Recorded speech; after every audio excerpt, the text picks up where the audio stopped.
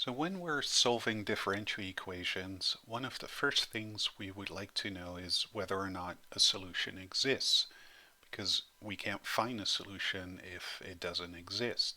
Furthermore, once we've found a solution to the differential equation, we would like to know if that solution is unique or if there might be other solutions out there.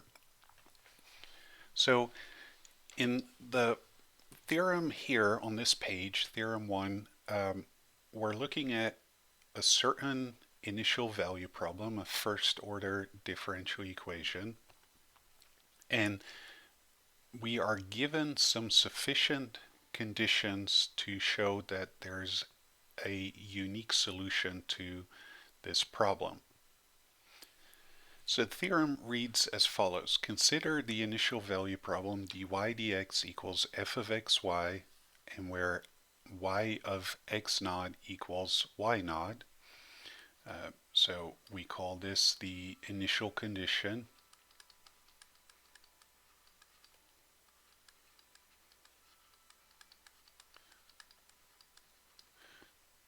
Or IC for short. And if we know that f and df dy are continuous functions in some rectangle that contain the point x naught, y naught, then the initial value problem has a unique solution phi of x in some interval between x minus delta to x naught plus delta, where delta is a positive number. So here on the right we have a sketch of this situation. So this point right here in the xy plane, notice it has an x coordinate of x naught and a y coordinate of y naught. Well, that's exactly the initial condition. So here we have our initial condition, and then this blue rectangle is the rectangle R. So we're assuming that on this rectangle f and the partial derivative of f with respect to y are continuous.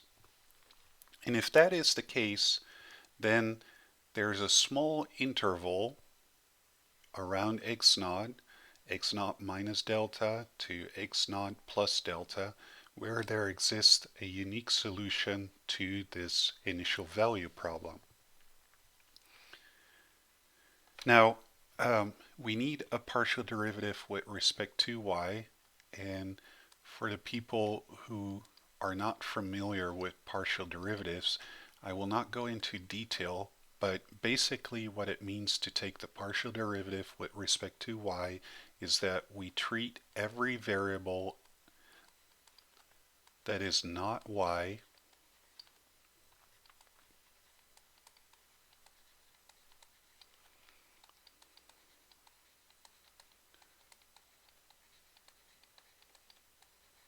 we treat those variables as a constant.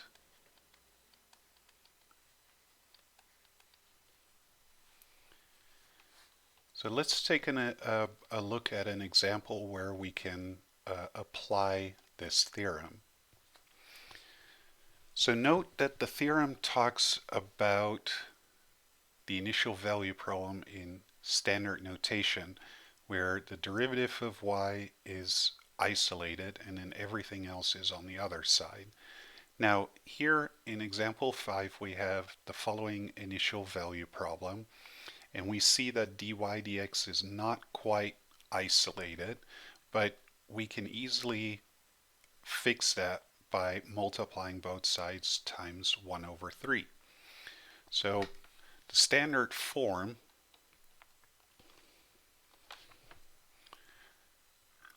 of our differential equation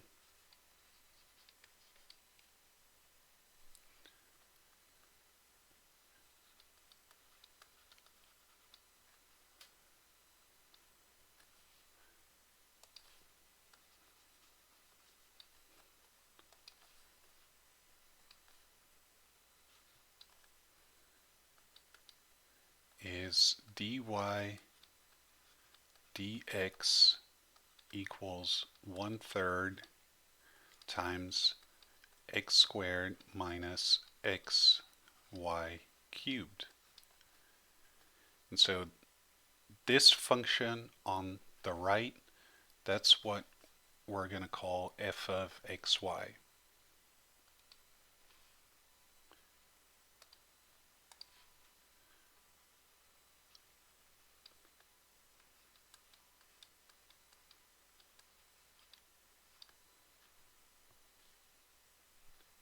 So we have f of x comma y equals 1/3 x squared minus 1/3 x times y cubed.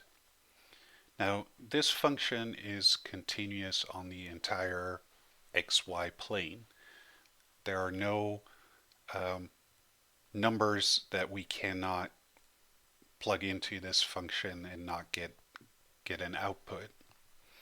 So let's take a look at what is df dy.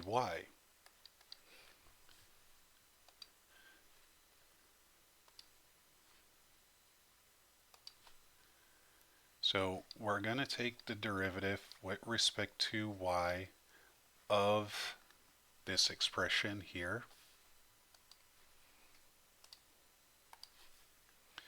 So that's 1/3 x squared minus 1/3 x y cubed.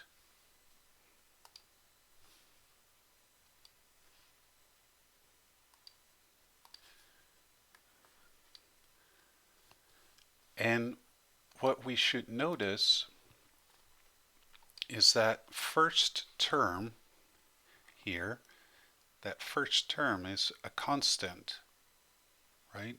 We treat every variable that's not y as a constant. So our first derivative here is 0. But let's split this up a little bit more so that when you take a look at this later on, you have a little bit of an easier understanding of what's going on here.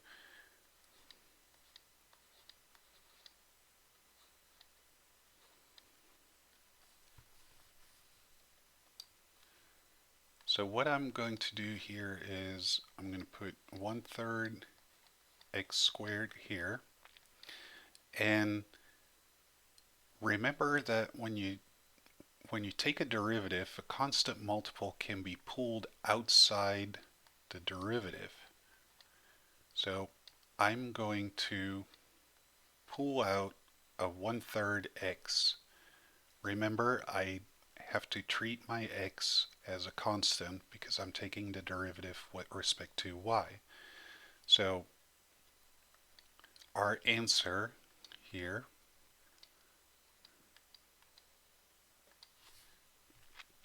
the derivative of a constant is 0.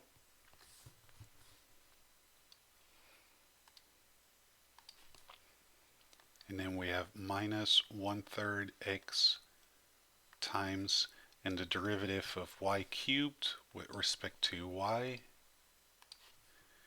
that is 3y squared. And then when you simplify all of that, you get that your final answer for df dy is equal to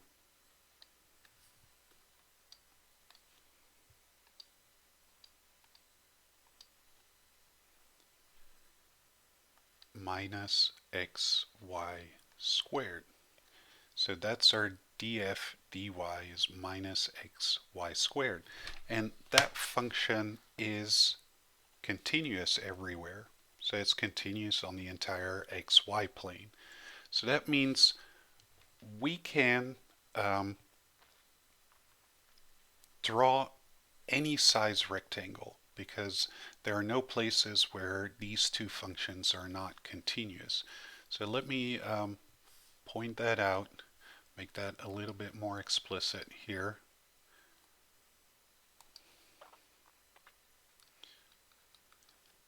So these two functions are continuous everywhere.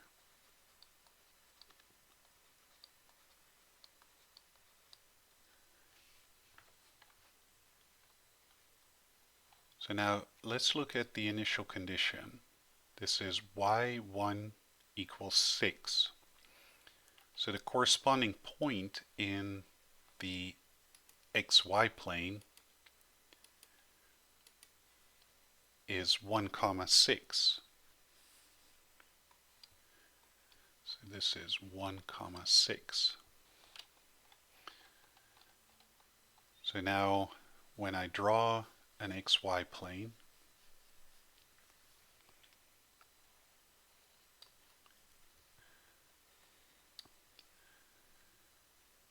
I can find the point 1 and I find the point 6 there. That's my initial condition.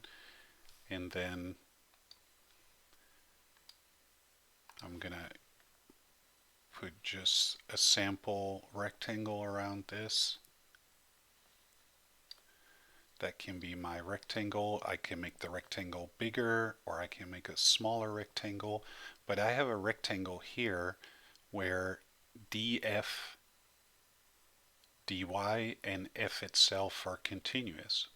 So, because they're continuous on the entire xy plane. So on this rectangle, we have df, dy, and f itself are continuous.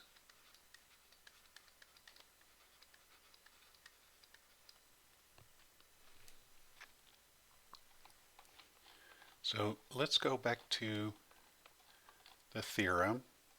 We had the initial value problem and we shown the existence of a rectangle around that initial condition where f and df, dy are continuous. So theorem 1 applies and there's a small interval, or maybe a big interval, but at least a small interval around 1 where there is a unique solution. And that solution might look something like that or something like that. We don't know what it looks like, but theorem 1 does apply. That's our final answer.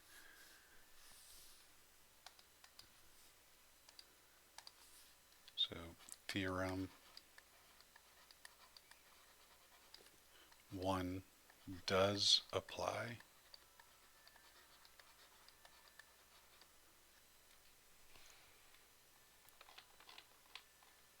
Okay, let's look at another example. Here we have a differential equation dy dx equals 3 times y to the power 2 over 3. So let's write down what our function f is. So our function f of x comma y in this case is that right hand side. This is already in standard notation. So this is 3 times y to the power 2 over 3. Okay, and now let's take a look at the partial derivative with respect to y.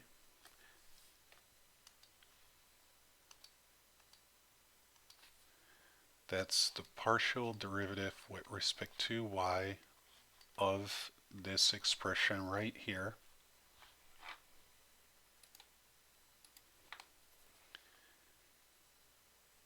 Oops.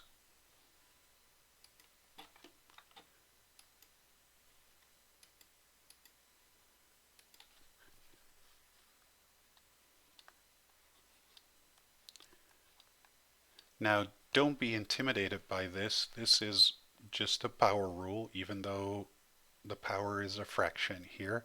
So the 2/3 goes to the front, and we have 2/3 times 3 times y to the power 2 over 3 minus 1. Subtract 1 from the exponent, and we get the constant becomes 2, and then we have y to the power negative 1/3, which we can write as 2 over y to the power 1/3.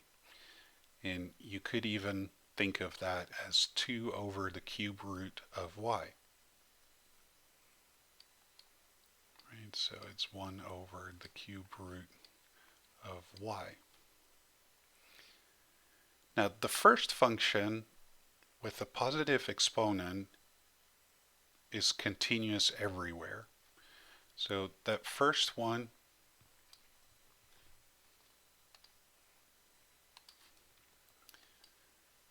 this one is continuous everywhere.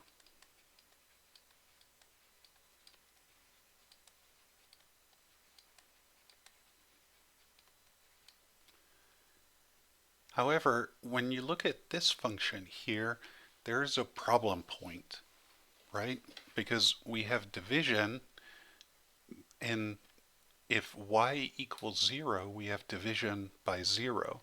So the partial derivative is continuous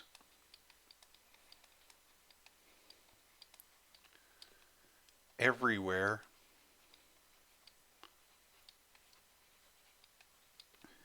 except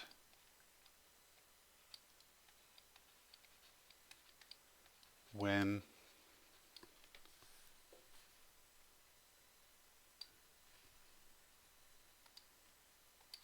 y equals 0.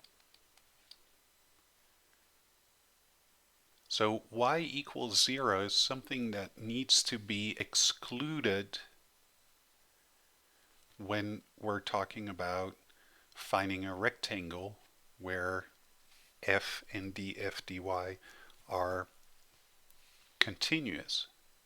So when we do our little drawing of the xy plane, the whole x-axis, right, where y equals 0, has to be excluded.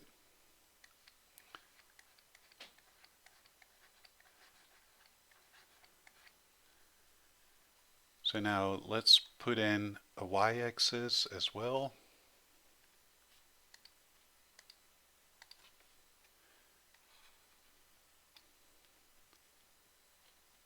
So that's our y-axis.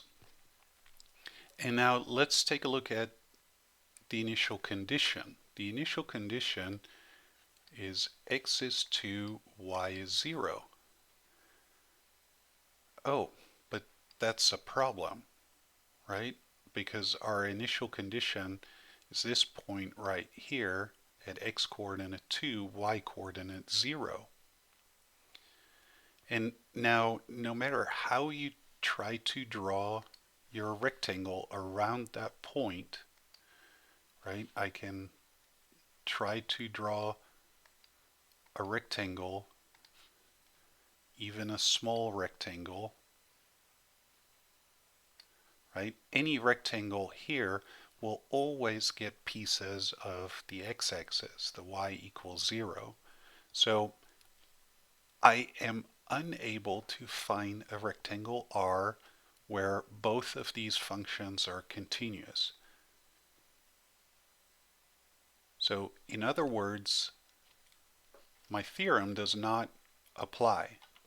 I cannot find that rectangle around the initial condition where both those functions are continuous. So my final answer here is that theorem 1 does not apply.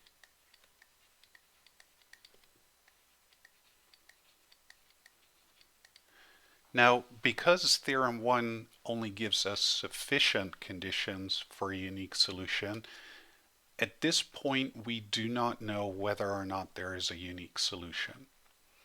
But what we'll show here is that there are actually two solutions. So first of all, I want to point out that note phi of x equals the constant function 0 is a solution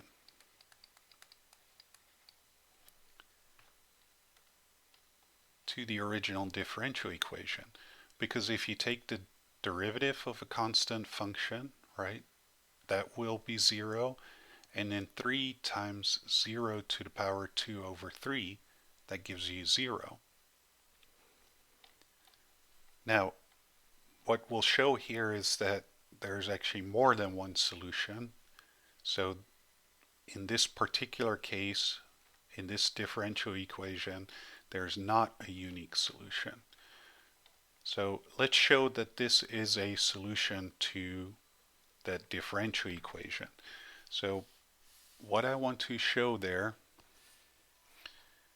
right, is that d phi dx equals 3 times phi of x to the power 2 over 3. So let's find the derivative of this function. So that's d dx of x minus 2 to the power 3. And we can use a power rule here and then do the chain rule. We multiply by the derivative of what's inside. That's 1. So this is actually 3 times x minus 2 squared, right, times d dx of x minus 2. But that equals 1. So the final answer on the left-hand side is 3 times x minus 2 squared. On the other hand, when we look at 3 times phi of x to the power 2 over 3, that's 3 times x minus 2 to the power 3 to the power 2 over 3. And that is 3 times x minus 2 to the power 3 times 2 over 3. And so that's 3 times x minus 2 squared. And because these two are equal, right, it is a solution to the differential equation.